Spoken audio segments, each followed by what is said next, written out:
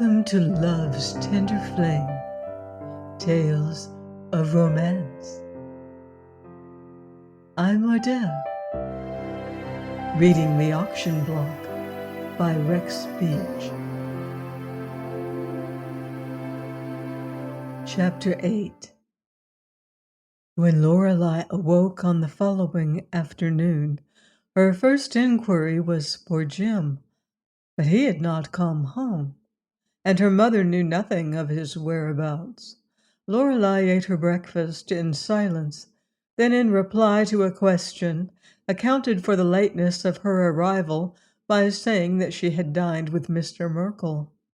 At the name, Mrs. Knight pricked up her ears. Vulture-like, she undertook to pick out of her daughter all that had occurred, down to the most insignificant detail.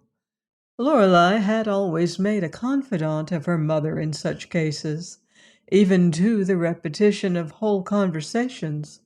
But this time the latter's inquisitiveness grated on her, and she answered the questions put to her grudgingly.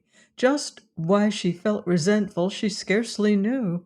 Certainly she had no interest in Mr. Merkel, nor suffered the least embarrassment over their exploit. Rather, on this afternoon, she beheld, with unusual clarity, her present general life, and that of her family, feeling more keenly than usual the utter sordidness of their whole scheme of existence. Unwelcome thoughts of this sort had come of late, and would not be banished. Once she had made a pet of a magpie, but the bird's habits had forced her to dispose of it. She remembered the way it forever pried into things, how nothing was safe from that sharp beak and inquisitive eye. Its waking hours had been busied in a tireless furtive search for forbidden objects. Now she could not help likening her mother to the bird, although the thought shocked her. There was the same sly angle of countenance, a similar furtiveness of purpose. The very expression of Mrs. Knight's keen, hard eyes was like nothing so much as that of the magpie's. Displeased at her own irritation, Lorelei made the excuse of a shopping trip to escape from the house. At the nearest newsstand she bought the afternoon papers, and was relieved to find no mention of the incidents of the night before. It appeared that Hammond and Merkel had succeeded in their attempt to suppress the story, if indeed there had ever been any intention of making it public. Looking back upon last night's homeward ride, she was wholly at a loss. In view of Jim's words and of what she had gathered at the theater, she had felt sure of Lila's complete knowledge of the blackmail plot. But Hammond's unwavering faith in the girl, and Lila's own story of her relations with Max Melcher, had awakened a doubt. If Lilas had told the whole truth, and if she really cared for Hammond, the affair, despite its clandestine nature, would bear a more favorable construction, and Lorelei could not entirely withhold her sympathy from the offending pair. Of the two, Hammond was the more blameworthy, but his domestic unhappiness, in a measure, cancelled his guilt. So, at least, said the code under which Lorelei lived. What concerned her far more than the moral complexion of the liaison was her brother's connection with the unlawful scheme of extortion. Jim, she saw, had gone wrong with a vengeance, and the consequences to him troubled her, for in spite of all that he might be or do, she cherished a sisterly affection for him. Family ties were very real and very strong to her, strong enough to keep her loyal to her kin, even after the demoralizing change in her whole mode of life. The firmest, in fact the only bond that she had ever known was that of blood.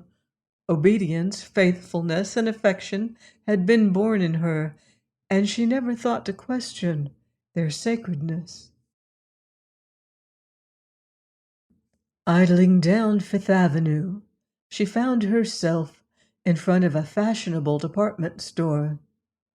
A knot of curious people were gaping at a unique automobile which stood in the line of vehicles along the curb, and she paused to look. The equipage was snow white in color. Its upholstery was of soft white leather. The chauffeur and a stiff-backed footman were in blood red with white facings on their livery. Upon their sleeves was worked the gold monogram AD. In their caps, both men wore cockades that resembled shaving brushes. A tiny mop of a lap dog, imprisoned within the closed body of the car, was barking frenziedly at the throng. He was an animated bundle of cotton, with shoe-button eyes sewn into one end. As for the car itself, Lorelei decided it to be a combination of every absurd tradition of the coach builder's art. Across the doors, in gold letters an inch high, was the name Adoree Demorest. As she entered the store, Lorelei reflected with some disgust that no visiting Rajah, no barbaric potentate, no one, in fact, except a self-advertised musical comedy queen, would so flagrantly defy good taste as to ride in such a vehicle. She was engaged in her final purchase when a dazzling creature in red and white descended upon her with exclamations of surprise and delight. It was Mademoiselle Demorest herself, and her greeting was so effusive that the stream of shoppers halted in the aisle. Mademoiselle Demorest wore a gown of a style that proved her taste in dress as individual as her choice of motor cars. A warlike head decoration of agate feathers burst into a spray above her right ear. The wrist of her white gloves bore her monogram worked in gold thread to match those that ornamented the livery of her servants. A heavy string of white coral beads, the size of cherries, was looped about her neck, and she carried the mate to the excitable poodle that defied the curiosity seekers outside. All in all, she was a figure to awaken interest in the nightly performance at the palace garden, and to cause men customers to forget their change. "Miss Knight, I'm so glad to see you again," she burbled. "How sweet you look!" The poodle pawed frantically and yelped a shrill appreciation of the meeting. "I hoped we'd meet again, but where have you been? Hush, Francois. Shake hands with the lady, there's a dear." Francois squirmed violently and snapped at a small boy whose mother had pushed forward to stare at the notorious beauty. Lorelei laughed. "How well he minds. He hates children, they excite him." The woman with the child turned to a companion, exclaiming audibly, "Those are the king's rubies, see? Ain't they nice and white?" A fat matron beside Lorelei elbowed her way forward. In one hand she carried a pair of embroidered silk stockings. With the other she raised a lorgnette.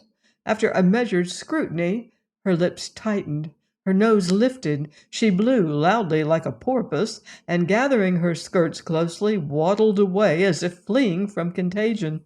She continued to clutch the hosiery until a floor walker, in answer to a clerk's frantic signal, intercepted her.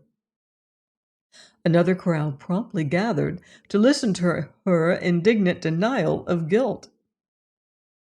"Have you finished your shopping?" Adoree inquired. "Then do come and help me match some roseberry. I've no more ivory color than Francois. Pink is just another shade of blue to me." "Gee, he's alive all right," piped the small boy whose eyes were glued upon the poodle. "Ma, what does the live dog cost?" Lorelei felt herself flushing uncomfortably under the stares of the onlookers, and glad to escape, she moved away beside the undisturbed cause of all the furor. Miss Demarest seemed genuinely delighted at this encounter. She clung to her companion, chattering vivaciously. Then, when the rose to berry had been matched, she suggested tea. "We'll run right over to the Waldorf. My car is outside."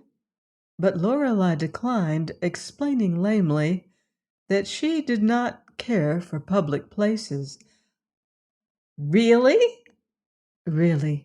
People point out one, and I get enough of that." The dancer's expression and tone changed abruptly. "I suppose you are like all the others." "Well, I'm not. When I'm away from the theater, I try to forget it. I hate the business." The reply, which came with sincere feeling, widened Lorelei's eyes with uncontrollable surprise. "Here, too," said Adoree Demorest quietly, "but I'm not allowed to forget it.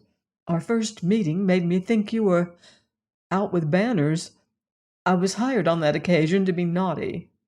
What do you say to some real tea at my house? Just you and I." Lorelei's heart sank at the thought of that gaudy machine outside, but there was an honest appeal in the speaker's eyes, and moreover the memory of her own obligation rose to prevent her from appearing ungrateful. "I'd be delighted," she falsified, and gurgling with appreciation, Miss Demarest hurried her toward the nearest exit. In the street, however, Adoree paused, and her next words showed that she was not wanting in womanly intuition.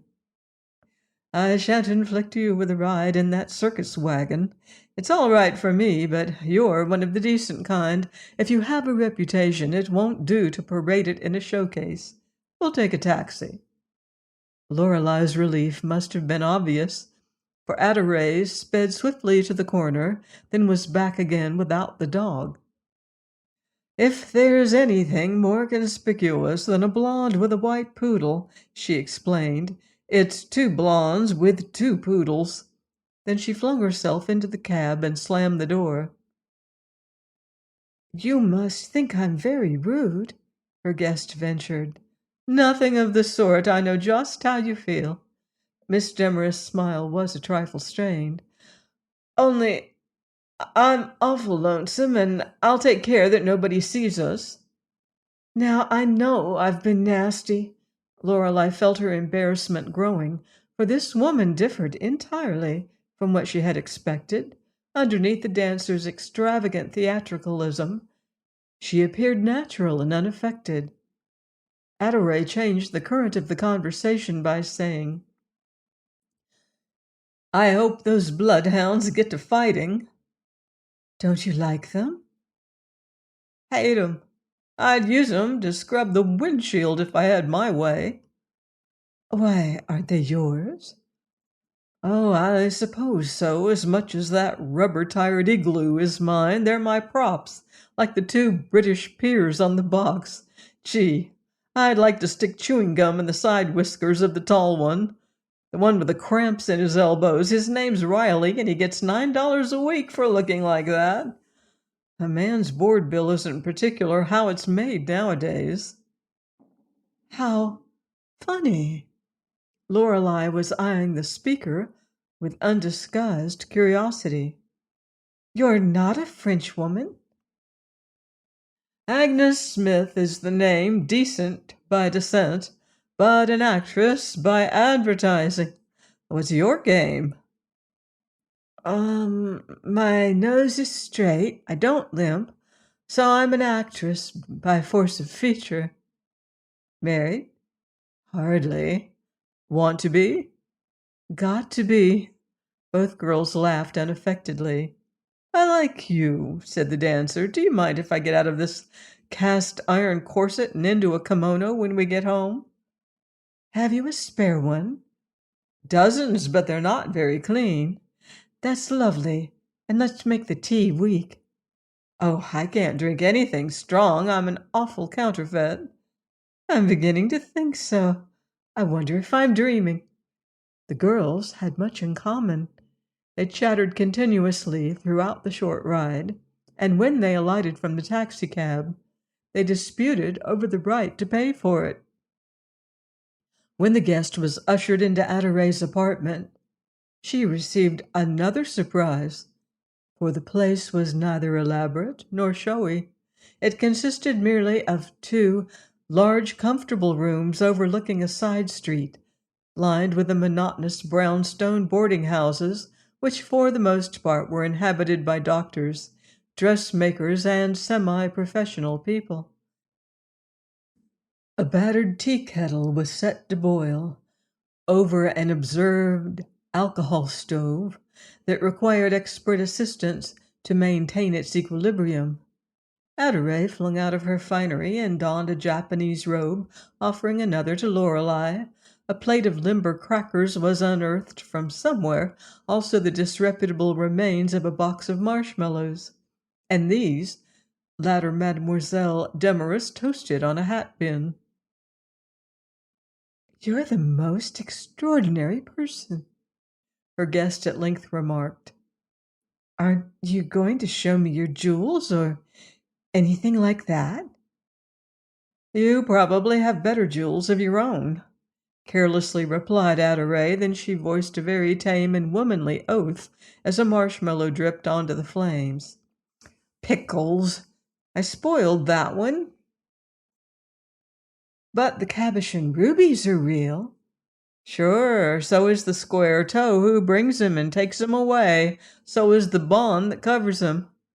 Lordy, but they are pretty." "Then the king didn't give them to you?" "My dear, I never saw a king, outside of a pinochle deck. If I lost one of those rubies, the Maiden Lane Shylock who owns them would tear enough curled hair out of his beard to fill a mattress. You never really believed that king stuff, did you?" "Why, yes." "I had no idea it worked so well." Again Miss Demorest smiled crookedly. "No wonder you didn't want to go to the Waldorf with me.